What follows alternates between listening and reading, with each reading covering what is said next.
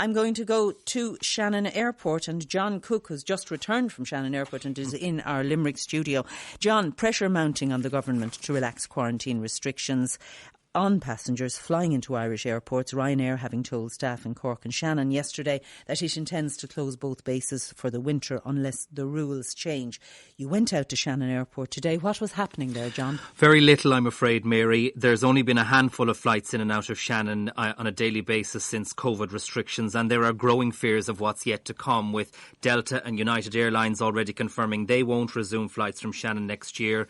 Recent reports suggest Aer Lingus may transfer its UK and transatlantic routes to regional airports in Britain. And now the Ryanair letter last evening, which became public, 130 staff at Shannon and Cork were told of a threat to close both bases for the winter. This is seen as potentially a devastating blow, Mary, because Ryanair accounts for over 80% of all current traffic at Cork and Shannon. Currently operating just 13 routes out of Shannon, where I've been today. So when I arrived there, the only flights expected were from Lanzarote later tonight and the 1 o'clock Ryanair flight from Faro in Portugal. Now, I wasn't sure if any passengers returning from the sun would even speak to me or how many there'd be on the flight. All the shops were closed, the cafes, the car rental businesses deserted. I spoke to one woman because I was keen to get one voice at an otherwise very quiet airport. Maeve and her new baby Grania were waiting to go on the bus to Galway, and she told me she's originally from Boston in the United States. She lives in Ireland now, looks at Shannon as one of her favourite places because it's where her father emigrated from and where she always came back to feel at home. But it was so quiet today, Maeve described the airport as apocalyptic. It's very spooky inside now, in my opinion. Just nobody kind of going around. I intend to buy an Aer Lingus flight to go back to the States and visit my dad so my daughter can meet her granddad, but not until the spring. But I'm just going to cross my fingers that they actually fly then. Ryanair and a lot of business interests in the Midwest are calling for the government to relax those quarantine rules so that flights can start to happen again. People will start to travel and the airport can hopefully prosper again. What do you think? I think that idealistically that's fantastic. I also think if we do that and cases spike, we're just going to wind up biting ourselves in the rear, if you will, because cases will spike and then we'll all be in lockdown again and everything will shut down again. And practice hygiene etiquette throughout the terminal building. Thank you for flying Shannon. Will you tell me you came from Faro in Portugal? I came from Faro, yeah. There was 3 people on the plane. 3 people on that Ryanair flight? 3 people. Okay. I've never seen anything like it in my life. It sounds bizarre, doesn't it? I've never seen anything like it. Were you on a sun holiday? I wasn't. I was visiting somebody that was ill, actually. I was only there since Saturday evening, back again. But it's just, I would be worrying about Shannon. I think it's going to be gone, you know. Well, Ryanair says it will shut down its flights this winter. Can't guarantee them for next year unless the government's rules change on things like quarantine. What do you think? I think that they need to change, yeah. I do. I think people should be trusted to be sensible. And I think that it would be a pity if Ryanair pull out and we lose Shannon. But, I mean, it's like a morgue. And it is about public health advice, the quarantine rules. Will you try to quarantine now for 14 days? I'm working for myself. So I can go home and do whatever I need to do, and I will do it. But do you think that's sensible? Because Ryanair is saying that rule needs to change now. I don't think it's sensible, but I followed the rules the whole way through, so I'll do it. That's the bottom line. The other lady has ran off, doesn't want to talk to me, but there's only one other person on that flight. There's one gentleman coming. I think you're the third and final passenger coming off the Ryanair flight from Faro in Portugal. You live in Limerick, but you're not from there originally, is it? No, I'm originally from Lithuania. But I'm a Limerick man by now, 16 years. And were you on holidays in Portugal, do you mind me asking? Yeah, I just needed a bit of a sun. So that's a trick with Limerick. It's a beautiful city, but you need to get out once in a while. So I suppose a lot of people are not doing that, which is obvious if you look around the airport because of the travel restrictions.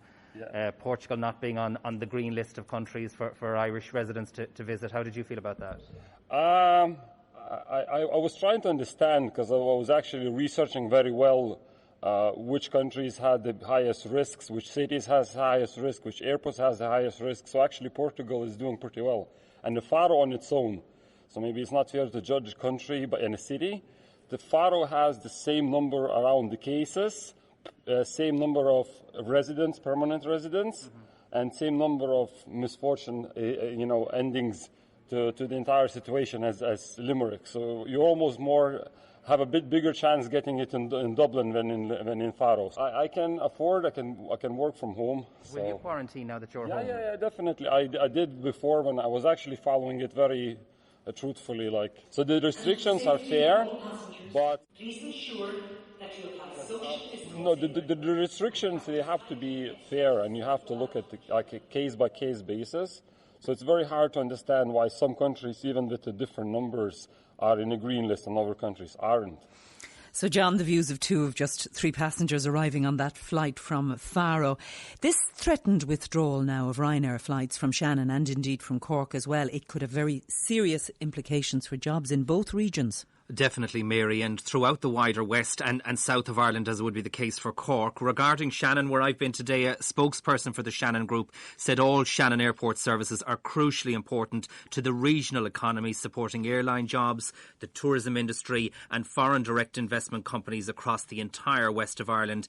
Any reduction in these would have a major detrimental impact on the economy. So the Shannon Group is calling for the urgent implementation of the Aviation Task Force recommendations. The Chambers of Commerce from Galway, Limerick, Ennis and Shannon, which support over 100,000 jobs between them across the west of Ireland, have united in a submission to government to help regional airports navigate the current crisis and establish a new model for aviation, they say. They told me the Transport Minister, Eamon Ryan, has agreed now to meet with them in the next week and to discuss their concerns. And I spoke to many businesses and representatives who were really worried throughout the region today, Mary, starting with Sean Lally, the Managing Director of Hotel Woodstock in Ennis. And he said that business has actually been good in the hotel in July and August, though they have lost their bread and butter, as he put it, of communions, confirmations, weddings, funerals. But he said no matter how strong the staycation market can be, it will never replace the international market that's been shut off for the last few months. I can tell you here and now, not just for Clare, but the west of Ireland, Shannon Airport is the most important economic driver of this region, both in terms of tourism and economic industry. 40% of the American foreign direct investment that is in Ireland is within the hinterland of Shannon Airport. It supports thousands and thousands of jobs. Those jobs would not be here were it not for Shannon Airport, and having year-round access to the American market, it is absolutely crucial. I'm extremely worried. We heard about the Aer Lingus potentially moving the transatlantic planes to the UK last week, and yesterday the news broke about Ryanair. Like Ryanair at the moment are something like 90% of the airport traffic in Shannon. So it's very worrying. We are an island nation. Aviation is absolutely crucial to us. We have got to get our airports moving again. It's beyond me how we don't have a European policy on aviation. Are you asking the government, as Ryanair is, to end these quarantine requirements for passengers coming here? I have to say, I fully agree with Ryanair's logic in this, and I'm not bashing the government. They have a very, very difficult job to do, and to be fair to them, I felt that they dealt very well with it at the first part of this pandemic, but the last number of weeks, just some of the decisions that were made and the way they're being communicated have been very, very challenging for businesses in Ireland, and I think we've an opportunity now to turn it round before it's too late, because we know about these threats to Shannon, and not just Shannon, it's the whole of Ireland. We need to act on that aviation report that went into government last July. Dee Ryan, Limerick Chamber CEO. We've been urgently seeking a meeting with Eamon Ryan to discuss this matter and our concerns around it.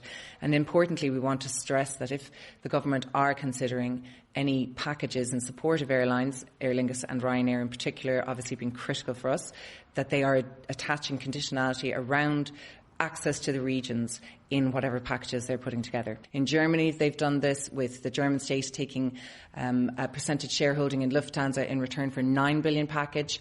And regarding the quarantine rules? We're urging the government to consider this matter very seriously and act as quickly as possible to bring us in line with what's happening in Europe. We don't want the industry to fall behind.